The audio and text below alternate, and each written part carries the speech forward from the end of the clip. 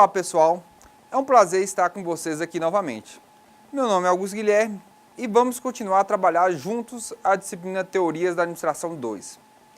Peço que fiquem atentos aos pontos chaves, estejam de posse de caneta e papel para anotar as observações e me coloco à inteira disposição para debatermos as dúvidas no ambiente virtual. E para que tenhamos um bom resultado, será necessária a dedicação de vocês aos estudos e às atividades da sala virtual. Mas também é muito importante que leiam todo o caderno didático. Todas as questões que vocês responderão durante o curso estão embasadas nesse caderno.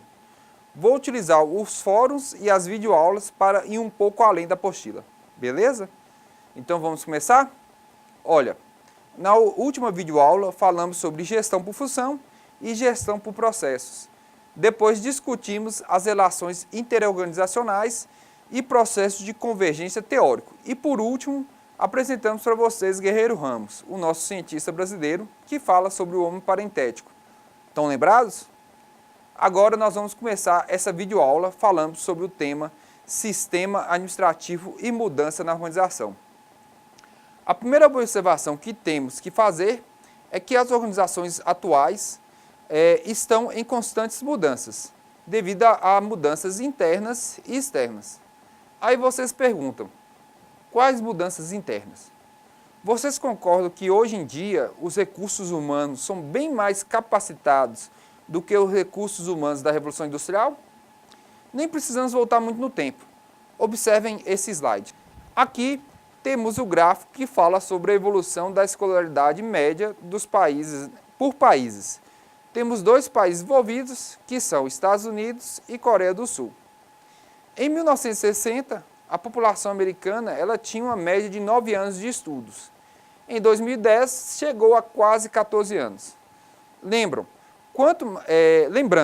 quanto mais tempo de estudo, mais capacitada é a população. E mais isso impacta nas empresas de diversas formas, é claro. Em 1960, a população da Coreia tinha apenas 3 anos de estudos. E a Coreia do Sul foi um país que investiu alto em educação. Muito mesmo. Tanto é que em 2010 ela chegou a 12 anos de estudo. Inclusive, gente, esse modelo da Coreia do Sul, ele é utilizado por vários países de desenvolvimento. Eles buscam esse modelo dela de educação, né, para estar utilizando um parecido. Então, olhem só, essa Coreia do Sul, ela multiplicou o número por 4 vezes. O Chile, de 5 anos em 1960, chegou à média de escolaridade de quase 10 anos em 2010. O México, de pouco mais de 2 anos, né, um pouco abaixo do Brasil, em 1960, chegou em 2010 mais à frente do Brasil, com pouco mais de 8 anos de média de escolaridade da população. O Brasil, um pouco menos de 8 anos. Já nesse outro slide, já mostra o nível de salário pelo grau de instrução. Dá para notar que quanto mais a pessoa estuda, né, mais ela ganha. Existe uma evolução salarial que acompanha o grau de instrução. E esse gráfico é mais curioso porque desnuda um certo preconceito, pois os brancos eles possuem salários mais altos do que os pardos e do que os negros. Às vezes, os pardos possuem salários mais baixos do que os brancos, do que os negros, inclusive, como é o caso do ensino superior incompleto, o ensino médio completo, o ensino médio incompleto, o ensino fundamental completo e o analfabeto. Curioso isso, não é? Você ganhar de acordo com essas características. Gente, não é por acaso que a média de escolaridade acompanha a linha de desenvolvimento dos países. O estudo tem tudo a ver, pois quanto mais capacitada é sua população, mais seu poder de desenvolvimento é maior. Mas esse trabalhador inserido na organização, ele tem provocado modificações no desempenho funcional. Já no ambiente externo, encontramos a tecnologia que insere vários processos digitais na empresa. A sociedade possui novas demandas, né, como as ambientais que não tinha antes. E eu quero fazer um parênteses aqui. Me respondam. Uma empresa se preocupa com o meio ambiente porque ela é boazinha? Quais respostas vocês dariam? A gente respondeu na aula anterior, e eu vou responder novamente. As empresas, elas investem no verde porque isso dá dinheiro, ou seja, seus clientes, a população, tem uma tendência a comprar empresas que valorizam o verde, elas que valorizam o meio ambiente. Por isso que elas investem. Esse investimento delas, ela fica barato diante do retorno que elas recebem. Se tem duas empresas, gente, uma tem programas ambientais, talvez tenha até um selo ambiental e a outra não, e vende o produto ou serviço pelo mesmo preço, qual dessas duas empresas você acha que a pessoa vai comprar? Claro que é a que investe no verde. Então, voltando ao assunto, outro fator externo que exige adaptações das empresas, né, das organizações, e hoje está muito falado, é referente aos reclames coletivos pelo aumento da transparência. E sobre isso, vamos para o próximo slide. Transparência está tão solicitada pela sociedade nos dias atuais que em 2009 foi sancionada uma lei que exige que todas as informações orçamentárias e financeiras dos entes do Estado elas sejam divulgadas para toda a população. Ou seja, vocês podem saber o salário de qualquer servidor público. Vocês já repararam que é uma forma de diminuir o Leviatã? Então aqui nós temos a lei da transparência, né, que foi aprovada justamente para isso. Então se você entrar em qualquer local, né, qualquer prefeitura ou estado, sempre elas divulgam o salário de todos os seus servidores. Então aquela polêmica mesmo, falando que juiz recebe 200 mil e tudo mais, ela é muito embasada nisso. É fácil fazer uma pesquisa, vocês conseguem saber o salário dessas pessoas. Isso deu uma forma de transparência. Uma pessoa que trabalha para uma empresa pública não tem por que ficar escondendo o que ele ganha. E nem a empresa tem por que ficar escondendo quanto que ela recebe, o que ela gasta. Mais na frente vocês vão entender por que isso daí aconteceu. Existe um objetivo por trás. Mas a lei da transparência ela é muito interessante e hoje em dia, cada dia que passa, fica mais forte. Porque ainda encontramos alguns órgãos que eles burlam essa informação. Que eles demoram a dar certas informações que a lei defende, né? Mas isso daí, com o passar do tempo, está melhorando. Então, nós vamos para o próximo slide. Beleza. Eu citei Leviatã, aquela hora, no final do primeiro slide, do slide anterior a esse. Mas eu estou falando do Leviatã de Thomas Hobbes, gente. Né? Thomas Hobbes é um filósofo que viveu mais ou menos em 1600, que falava da necessidade do Estado inchado, grande, para controlar a população. Ou seja, precisamos pagar juízes verdadeiras fortunas, e eu estou falando isso porque muitos ganham mais do que o presidente da República. Vocês lembram, né, que eu citei, tem juiz que ganha 200 mil reais por mês. A gente consegue ver isso. Então, esses juízes, muitas vezes, ganham mais que o presidente da República para resolverem problemas que nós criamos no dia a dia. Quanto mais meios que encontrarmos de diminuir a possibilidade de fraudes, menos vamos precisar pagar pessoas para fiscalizar. E uma das grandes formas é trabalhar com essa transparência.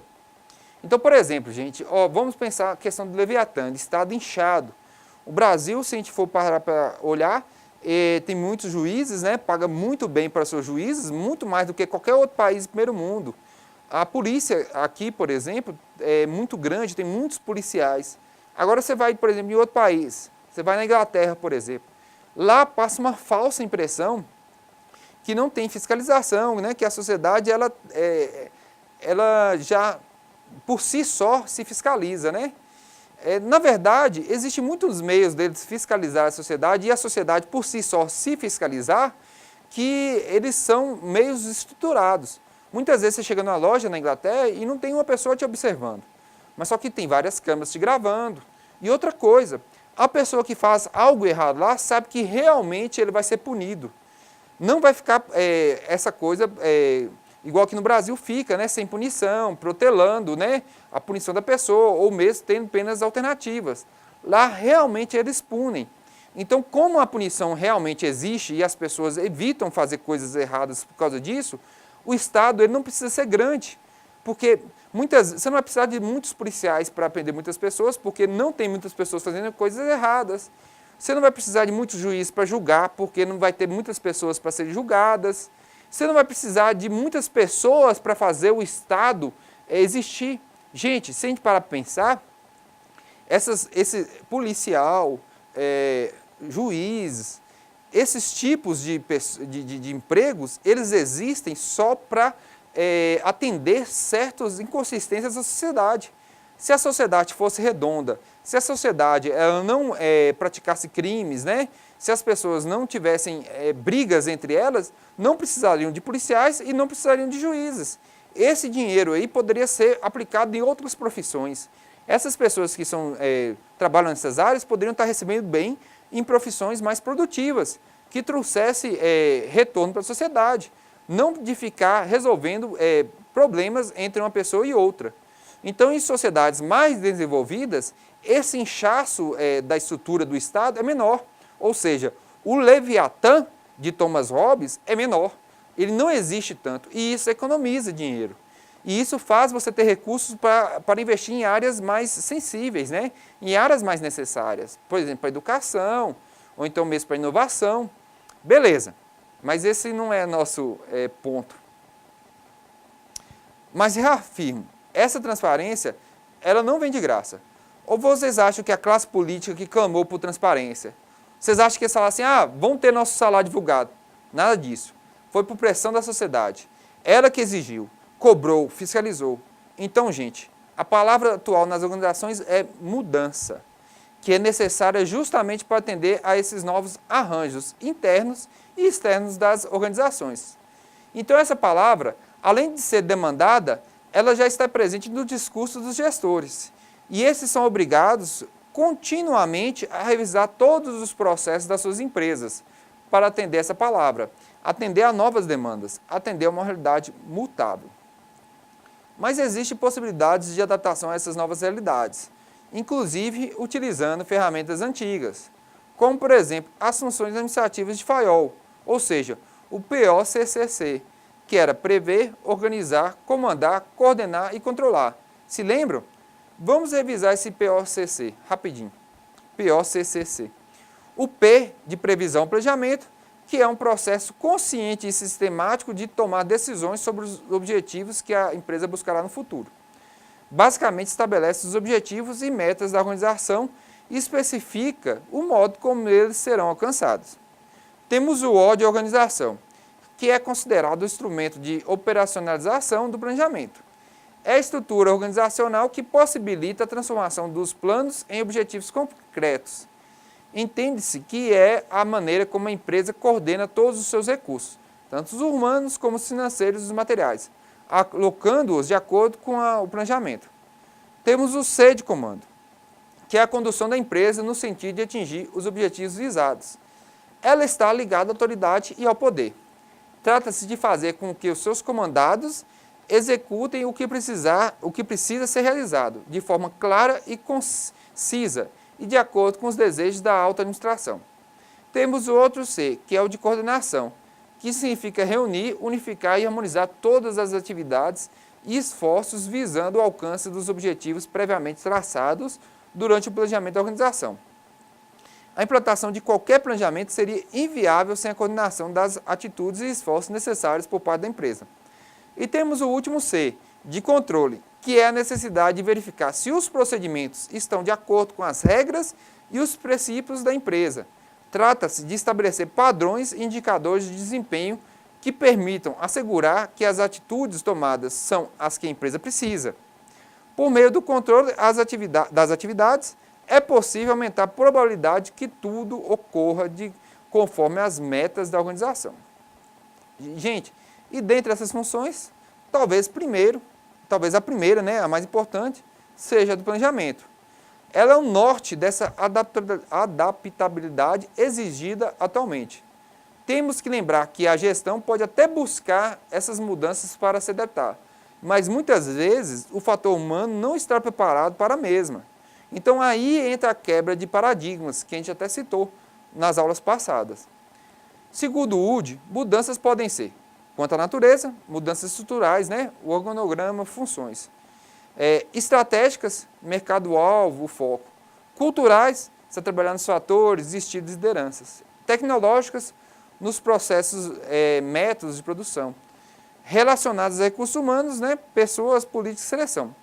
Também temos quanto à relação da organização com o meio ambiente, que são respostas a mudanças do meio ambiente ocorridas, né? Pode ser reativas, determinísticas, ou uma antecipação baseada em expectativa, voluntária. E também pode ser essas mudanças quanto à forma de implementação. Podem ser reeducativa, coercitiva ou racional.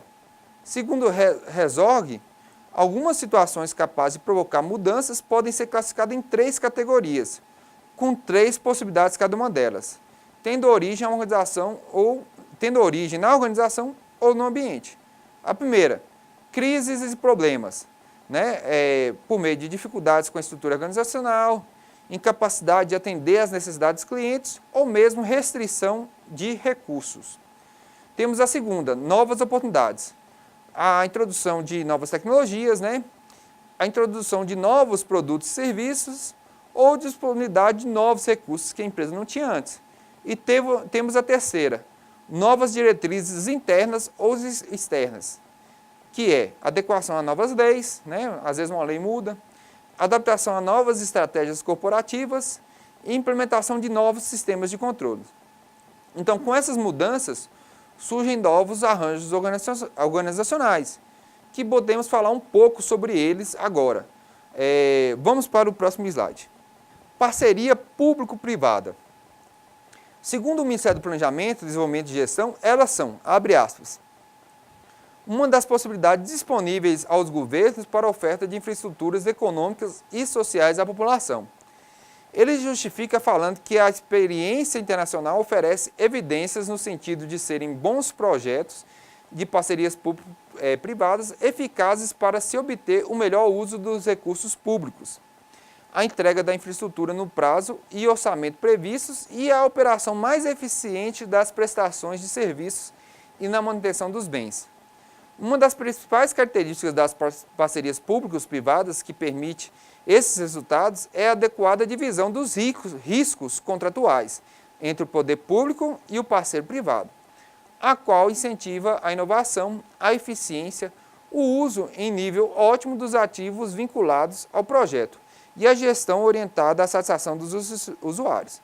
E continua falando que o Brasil, as parcerias públicas e privadas são modalidades de contratos de concessão.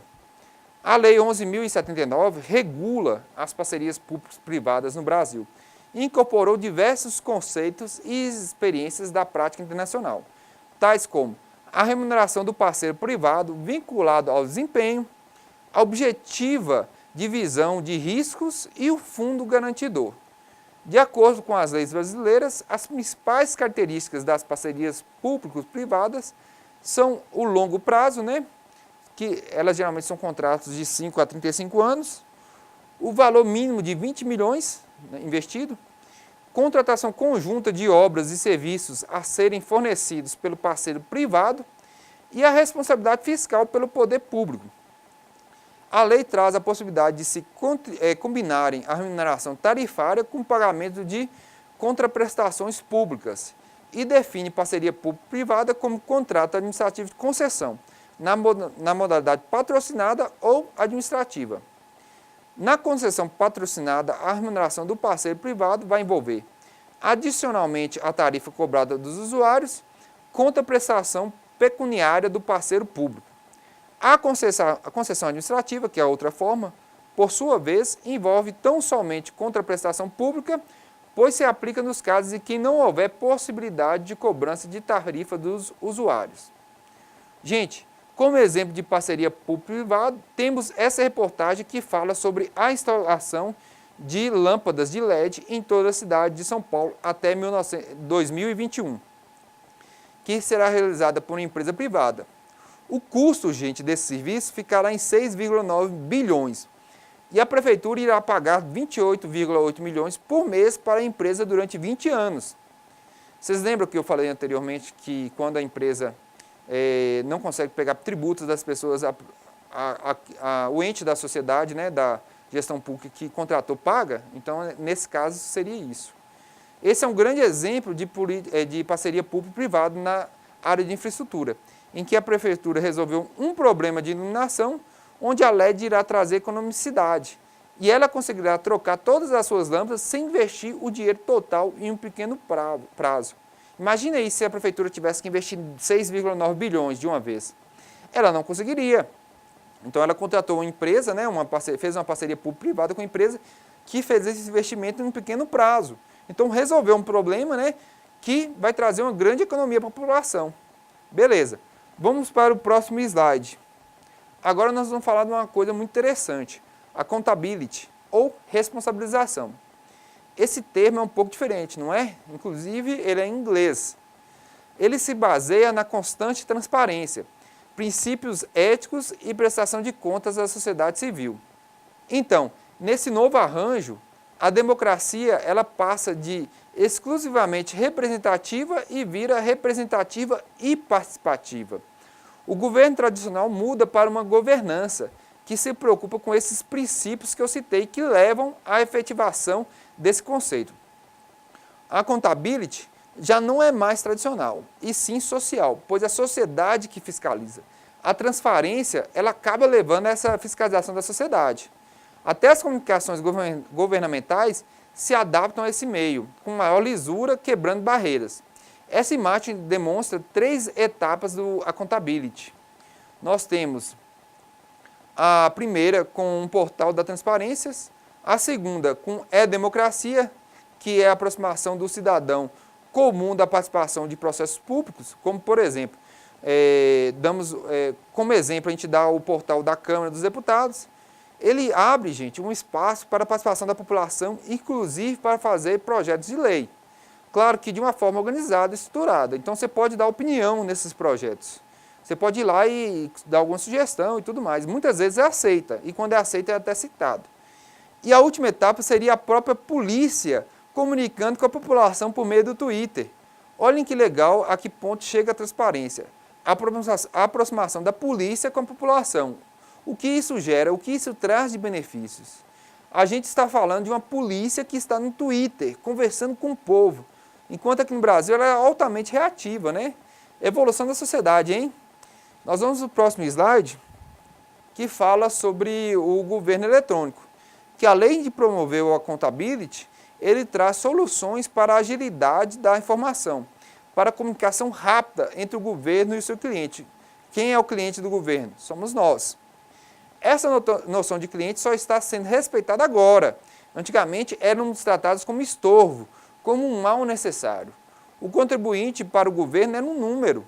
As instituições públicas, elas não tratavam a população de uma forma adequada, né? Ou seus usuários de serviços. Elas não tratam essa população como instituições privadas tratam o seu cliente. Com o governo eletrônico, essa noção começa a mudar. Ele traz agilidade e transparência, além de melhorar os canais de comunicação. Outro arranjo é a administração por resultados, que é um novo conceito, onde o foco deixa de ser o processo e muda para resultados. Então aqui a gente encontra a flexibilização do trabalho, a adoção de indicadores nas empresas, o servidor é valorizado, o que aumenta os resultados. Agora, vamos falar sobre as inspirações que levam à mudança organizacional. Mas antes quero repassar algumas definições. Vamos lá?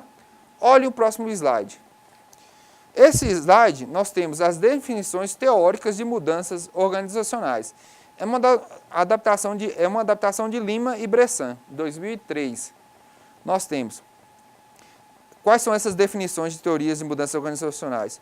Porras e Robertson falam que são conjunto de teorias, valores, estratégias e técnicas cientificamente embasadas, objetivando mudança planejada do ambiente de trabalho a fim de elevar o desenvolvimento individual e o desempenho organizacional. Já Nadler, entre outros, ele fala resposta da organização às transformações que vigoram no ambiente, com o intuito de manter congruência entre os componentes organizacionais. Quais são esses componentes? Trabalhos, pessoas, arranjos, estruturas e culturas. Van de Ven e Pulley, eles falam sequência de eventos que se desdobram durante a existência da entidade organizacional e que relatam um tipo específico de mudança. Já Robbins define como atividades intencionais, proativas e direcionadas para a obtenção das metas organizacionais. O Wood, Curado e Campos falam sobre mudança organizacional qualquer transformação de natureza estrutural, estratégica, cultural, tecnológica, humana ou de qualquer outro componente capaz de gerar impactos em partes ou no conjunto da organização. E já a última, né, que é a última citação nossa, fala sobre mudança organizacional é qualquer alteração significativa, articulada, planejada e operacionalizada por pessoal interno ou externo à organização, que tem o apoio e a supervisão da administração superior e atinja de forma integrada componentes de cunho comportamental, tecnológico e estratégico. Então, gente, voltando ao assunto, estávamos falando sobre as inspirações que levam à mudança organizacional. Então, temos a lacuna de desempenho, que é o espaço entre o desempenho real e o que é desejado. Então, nós temos desempenho real e o que é desejado. Então, esse espaço, que é uma lacuna ruim, pois é deficitário de vendas, de lucro, de baixos custos, passa a ser o centro das atenções dos gestores, que começam a ajustar a empresa tentando acabar com essas lacunas. E a lacuna não é somente quando referente ao desempenho desejado e o real. Também podemos encontrar lacunas quando descobrimos que a organização poderia estar melhor. Então, essa última lacuna gera inovações, novas ideias, busca de novas ferramentas, dentre outras ações. Outra inspiração, gente, é a mudança reativa e proativa. As reativas é quando os problemas atingem a empresa e a empresa reage para eliminá-las. E a proativa é quando a empresa ela age antes que o problema ocorra. Ele já percebe que vai ocorrer um problema e age para esse problema não ocorrer. Lembra o que eu falei sobre a resistência das pessoas a mudanças? Eu até falei que as organizações estavam preparadas para enfrentá-las, mas as pessoas tinham dificuldades? Pois bem, são casos reais que travam as pessoas diante das mudanças. Vamos lá. Primeiro, a inércia. Os paradigmas, eles são legais, né? Nós gostamos de continuar fazendo a mesma coisa. A gente não gosta de mudar. É mais fácil enfrentar pequenos problemas diariamente do que abdicar de um dia inteiro e resolver todos para a gente ficar livre deles para sempre. Nós somos assim. Temos a segunda aqui, o time. É o momento errado para introduzir uma mudança. Nem sempre as pessoas estarão fechadas, né, para as mudanças e nem sempre elas estarão abertas. O administrador, gente, ele tem que saber o melhor momento para propor essas mudanças nas empresas. E temos o terceiro, a surpresa. Gente, qualquer mudança repentina, ela tende a não ser aceita. É o tal medo do desconhecido. Se as pessoas não são preparadas com maior tempo para as mudanças, a probabilidade de aceitá-las é muito mais fácil, né? Então, as pessoas têm que ter um tempo maior para ser preparadas para mudanças. Vou contar um segredo para vocês. Tudo que eu pedia para minha mãe, a primeira resposta era não. Aí, no outro dia, ela, às vezes, aprovada. Isso era o tempo de preparação. As empresas, ela tem que saber qual é esse tempo de preparação para propor novas mudanças. 4, gente, pressão dos colegas. Aí entra a questão dos grupos informais dentro das empresas. Mesmo que a pessoa aceite a mudança, ela não está inserida mas se ela está inserida em um desses grupos, ela tem resistência a certa mudança, né? Caso esse grupo não aceite. A tendência é que esse pessoal não aceite as mudanças. Então, gente, agora nós temos algumas razões específicas de resistência às mudanças, que são, 1, interesse próprio. As pessoas, né, às vezes, elas colocam seus interesses pessoais acima dos interesses coletivos. Então, se essa mudança não fosse boa para ele pode resistir, né? Se ela fazer sentido para todo mundo, mas para ele não fizer, ele resiste. A segunda, o mal entendido. Muitas vezes as pessoas elas não entendem direito os objetivos daquela mudança. Elas partem de interpretações arcaicas, simplórias e resistem à mesma. Então, muitas vezes é interessante você saber até que ponto aquela pessoa está sabendo da mudança, entendendo, e ensiná-la, e mostrar todas as vantagens dela. Porque a resistência, às vezes, não tem um embasamento. Terceiro, avaliações diferentes. É a questão da percepção. Nem sempre o prisma que vemos as mudanças é o mesmo para todos. Às vezes as pessoas só olham as desvantagens, esquecem de avaliar as vantagens. Com certeza, todas as mudanças possuem vantagens e desvantagens. E esses dois quesitos têm que ser avaliados. Ou seja, quando as vantagens são maiores que as desvantagens, a mudança faz necessário. Mas como as pessoas muitas vezes só olham as desvantagens, elas não entendem essa necessidade de mudança. Então, gente, Diante desses cenários, os administradores eles têm que saber educar seus funcionários. Eles têm que desenvolver uma boa comunicação. A participação e envolvimento desses funcionários nos processos decisórios, inclusive, é uma técnica de negociação, pois quando as pessoas elas estão inseridas nas decisões, elas assumem suas consequências, mesmo quando elas são voto vencido. As mudanças, elas têm que ser fáceis e ter um suporte ativo para elas não serem difíceis mais do que o normal. A manipulação e a cooptação muitas vezes têm que ser utilizadas. E a coerção implícita e explícita também podem ser um meio. Claro que vocês devem utilizar essa coerção em último caso, né? Mas, enfim, a peça fundamental são as pessoas, por isso que possuem muitos problemas para aceitá-las. É proporcional à sua importância. Outra questão que dificulta as mudanças organizacionais são as suas características. Como exemplo, podemos falar do burocratismo, o que gera uma gestão engessada, né? Que não é proativa, que não atende o seu cliente bem, né? Que demora a mudar. 2. Nós temos o autoritarismo, né? A centralização. Além de ter uma estrutura muito verticalizada, né? Ela tem centralização nas mudanças, o que torna difícil e morosa as mudanças. Nós temos a terceira aqui, que é a aversão aos empreendedores. A organização que tem aversão ao empreendedor tem aversão a mudanças. A inovação, ela tem aversão aos processos, porque o empreendedorismo traz isso. Nós temos a quarta, o paternalismo. Instituições paternalistas, né, que vários interesses políticos estão arraigados nela, têm muita dificuldade de aceitar as mudanças, mesmo porque essas mudanças muitas vezes podem tirar esses interesses. Quinto, levar vantagem. Quando as instituições possuem esse tipo de pessoa, elas só mudam, né, esse tipo de pessoa se levarem vantagem. Então elas estão incutidas e só mudam se levar vantagem. Se não leva vantagem pessoal, não mudam. Nós temos a sexta, reformismo, né?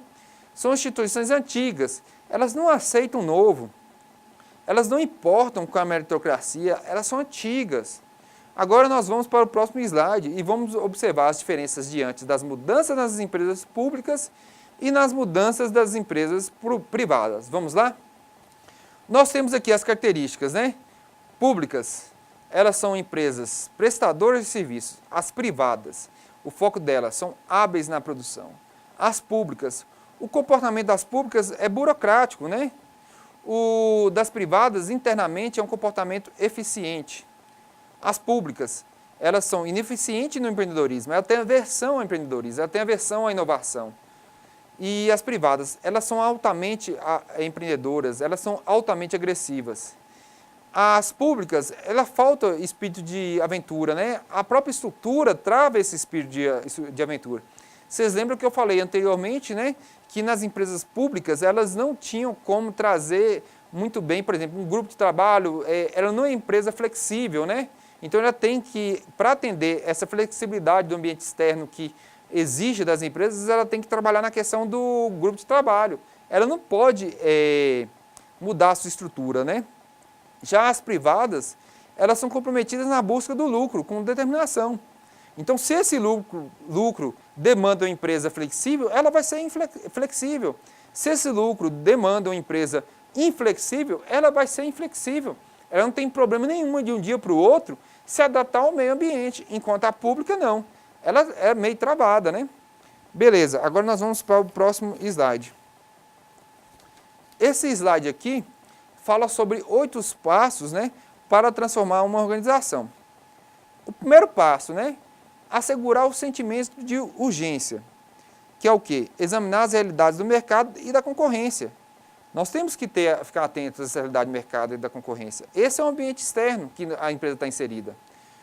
Outro, identificar e discutir crises reais ou potenciais e as principais oportunidades. As oportunidades elas estão aí no mercado. A empresa ela tem que sempre analisar essas oportunidades, né? Verificar as crises e até antecipar essas crises. A outra, evidenciar a impreteribilidade da mudança.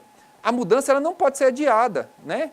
Ela não pode ser deixada para frente, porque o mercado exige que a empresa ela seja flexível, ela esteja adaptada a essas mudanças. O segundo, né, passo, construir equipe para liderar a mudança. Ou seja, reunir um grupo com poder suficiente para liderar a mudança. Temos outro, encorajar o grupo para trabalhar junto com uma equipe. Então esse grupo ele tem que trabalhar como uma equipe, né? Não pode ter ideias conflitantes. Envolver os agentes da mudança com entusiasmo e compromisso. As pessoas elas devem querer, elas devem entender o porquê da mudança, quais os benefícios vai trazer. A pessoa que está na empresa, gente, ela tem que saber que a saúde daquela empresa, ela resvala na sua saúde. A empresa indo bem, você tem emprego. A empresa indo bem, ela gera emprego para outras pessoas que vão consumir naquele mercado de trabalho. Isso daí volta para a pessoa. Ninguém quer viver num estado de crise. Ninguém quer viver num local de pobreza. Né? As pessoas querem desenvolvimento. As pessoas querem que o local onde elas estão inseridas, elas seja saudável. Obviamente que existem as exceções, né? O terceiro passo, criar uma visão. Ou seja, criar uma visão para auxiliar a direcionar os esforços de mudança. Desenvolver estratégias em prol da consecução dessa visão. A visão seria um objetivo comum dessa mudança, né? Qual o objetivo? Beleza. Então, por meio desse objetivo, nós vamos trabalhar todo mundo junto para alcançá-los. O quarto passo, comunicar a visão. Então, aquele objetivo ele não tem que ficar só entre uma ou outra pessoa. Então, veicular a comunicação da nova visão e estratégia por todos os canais disponíveis. Todo mundo da empresa tem que saber qual que é a visão da empresa. Todo mundo da empresa tem que saber aonde ela quer chegar. Essa visão não pode ficar restrita a quem gerencia a empresa. Todo mundo tem que lutar pela mesma coisa. E para você lutar pela mesma coisa, você tem que saber qual que é esse objetivo. Difundir os comportamentos pretendidos para a organização através do exemplo comportamental assumido pela equipe promotora da mudança. Então, essa equipe promotora da mudança ela tem que ser um espelho, né? Ela tem que ser um exemplo dessa visão que você está buscando, dessa mudança. Quinto passo, capacitar outros para agir de acordo com a visão. Livrar-se dos obstáculos da mudança. Então, você capacita as pessoas. Então, essas próprias pessoas capacitadas, elas vão quebrando os seus paradigmas e acabam quebrando os paradigmas dos colegas seus. Mudar o sistema ou as estruturas que comprometem seriamente a nova visão. Às vezes, tem alguma estrutura que trava essa nova visão. Às vezes, existem até estruturas físicas, né, que vão de encontro ou dificultam essa visão. Tem que mudar. Então, a ideia não é mudança, então muda isso também, entendeu? Encorajar a tomada de riscos e promover as novas ideias, atividades e ações. Então, o risco ele é inerente às mudanças. A empresa ela está no ambiente de risco. Então, isso daí tem que ser enfrentado. Sexto passo, planejar e criar objetivos de curto prazo. Planejar visando a melhoria do desempenho de uma forma visível, criar as condições para as melhorias e reconhecer e premiar os colaboradores envolvidos nessas melhorias. Então, muitas vezes, gente, a premiação ela é um bom recurso, né, para a gente chegar naqueles objetivos que a gente está buscando, né? E as condições para essas melhorias, elas têm que estar abertas, né? A empresa tem que oferecer essas condições. Então, isso a gente não pode abrir mão. Sétimo passo, consolidar melhorias e produzir mais mudança. Então, é utilizar o capital de credibilidade acumulado para mudar os sistemas, estruturas e políticas que não se encaixam com a visão. Ou seja, depois que eu fiz essa mudança e tudo mais, o que sobrou lá que não se encaixa, eu já vou ter um bom capital para mudar isso. As pessoas já vão estar empolgadas, as pessoas já terão aceitas. Então, o que faltar de mudar, fica mais fácil. Contratar, promover e desenvolver recursos humanos que possam implementar a visão. Isso daí, gente, muitas vezes a gente tem que buscar novas pessoas para novas ideias serem mais fáceis dentro da empresa. Muitas vezes é mais fácil eu contratar uma pessoa nova e incluir dentro da empresa com novas ideias do que eu pegar uma pessoa que já está há algum tempo lá e tem vários paradigmas e mudar a cabeça dele. Revitalizar o processo de mudança com novos projetos, temas e agentes de mudança. Então, a mudança, gente, sempre que ela é muito trabalhada, fica mais fácil no próximo passo. Então, se você faz uma mudança e deixa de mudar a sua empresa por um longo período, quando você for fazer a outra mudança, você tem dificuldades. Então, se a empresa trabalha com mudanças de uma forma mais tranquila e constante, ela fica mais fácil aceitar grandes mudanças. Então, mudança não pode ser um desafio para a empresa, não pode ser um paradigma, né? E o último passo, institucionalizar as novas abordagens, né? Ou seja, institucionalizar a mudança que você fez. Então, articular as ligações entre os novos comportamentos e o sucesso empresarial. Então, o que aquela mudança trouxe, né? Aquele sucesso que a empresa tem hoje em dia, você tem que linkar na mudança para aquela mudança ser reconhecida como uma mudança boa, né?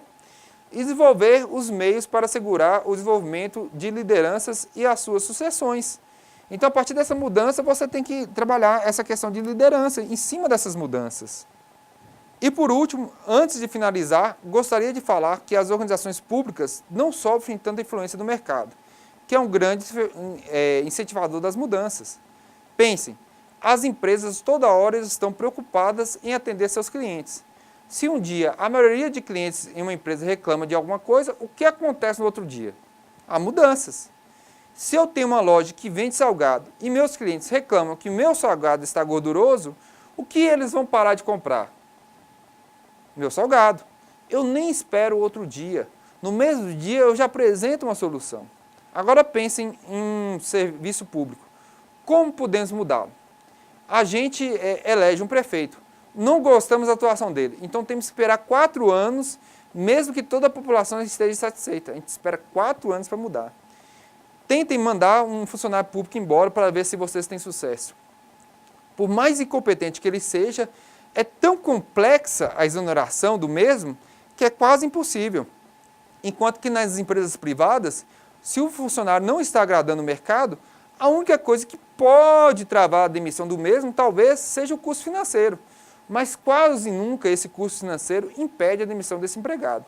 Então, o mercado ou mesmo a população, ela não tem influência sobre as instituições públicas, ou mesmo essa influência é relativa, pouca ou ineficaz. Até mesmo os políticos culpados de má administração ou mesmo de desvio de conduta, né, eles são reeleitos. Então eles não se comportam, eles não se importam mesmo com a opinião pública.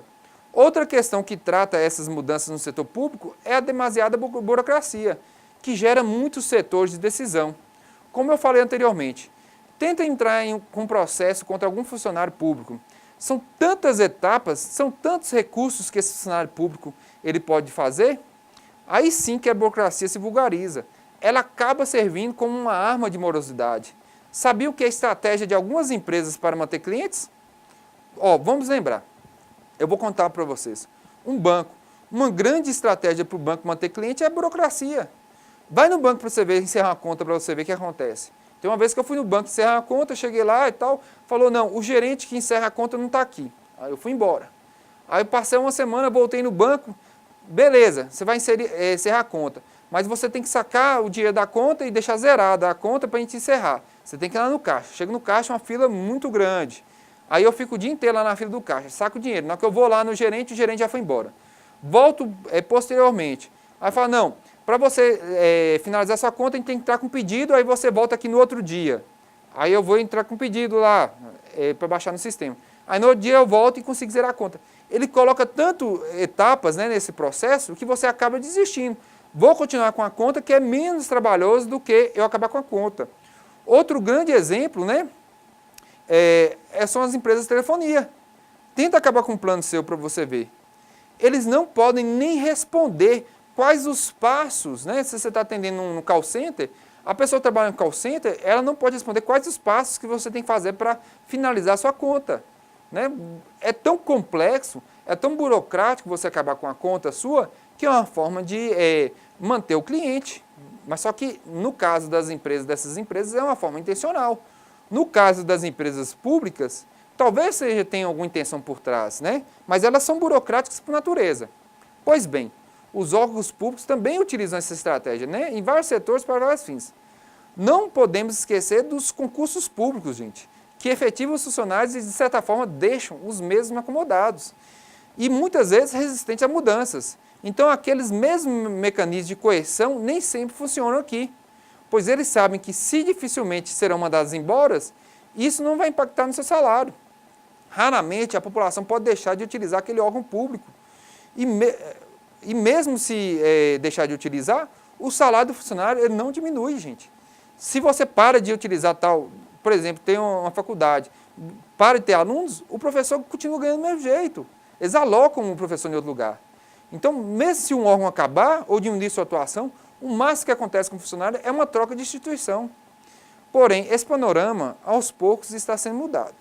Já existe uma certa cobrança da população referente à flexibilização dessas empresas públicas. E eu imagino que logo, logo, elas vão conseguir chegar a um nível de excelência. Isso só depende de nós, que somos os clientes, né? Nós temos que cobrar as mudanças, né? Nós temos que buscar o novo. Essas regras, elas existem porque alguém criou essas regras, né? Foram pessoas que criaram essas regras. Então, nós temos que querer mudar essas regras. Muitas vezes, a mudança dessas regras não depende da população, depende de políticos, né? Depende de órgãos públicos e tudo mais. Não. Nós que podemos mudar eles. Então, nós temos que ter essa consciência. E mudança, gente, a gente viu essa mudança, todas as escolas nossas da administração, elas foram mudando. As coisas têm que mudar para se adaptar aos meios. Nós temos que mudar. O ser humano, muitas vezes, ele se diferencia dos animais pelo fato de nós conseguirmos trabalhar com a mudança. Nós nos adaptamos melhor à mudança que os animais. Pega um animal, por exemplo, que não é resistente ao frio e joga lá no Polo Norte. Ele não consegue sobreviver. Nós, seres humanos, também não somos resistentes ao frio, mas nós conseguimos trabalhar com mudanças, a gente consegue se adaptar. E uma organização, ela tem sempre que se adaptar ao meio. E a organização pública, ela se adapta mais lentamente. Mas cada dia que passa, nós temos que cobrar para ser mais dinâmica, para mudar mais. Por que faz mais sentido uma organização privada mudar e a administração pública, né, uma organização pública, não mudar? Por quê? Porque tem alguns interesses por trás dessa apatia, tem alguma acomodação, tem alguns interesses que aquela velha política continue para pequenos grupos continuarem mandando no país, né? Pequenos grupos continuarem mandando na nossa sociedade. Então, cada dia que passa, mudanças elas têm que ser bem aceitas. Óbvio que são boas mudanças, né, gente? Não adianta nada a gente falar em mudanças e mudar para uma coisa pior. E agora, nós encerramos os assuntos da nossa quarta e última videoaula. Eu espero que vocês tenham gostado e que tenham absorvido ao menos um pouco do que vimos aqui hoje e em todas as outras aulas. Lembre-se de acessar a sala virtual, participar dos fóruns e postar suas atividades. E não se esqueçam dos estudos do caderno didático. Bons estudos e até a próxima. Obrigado, gente.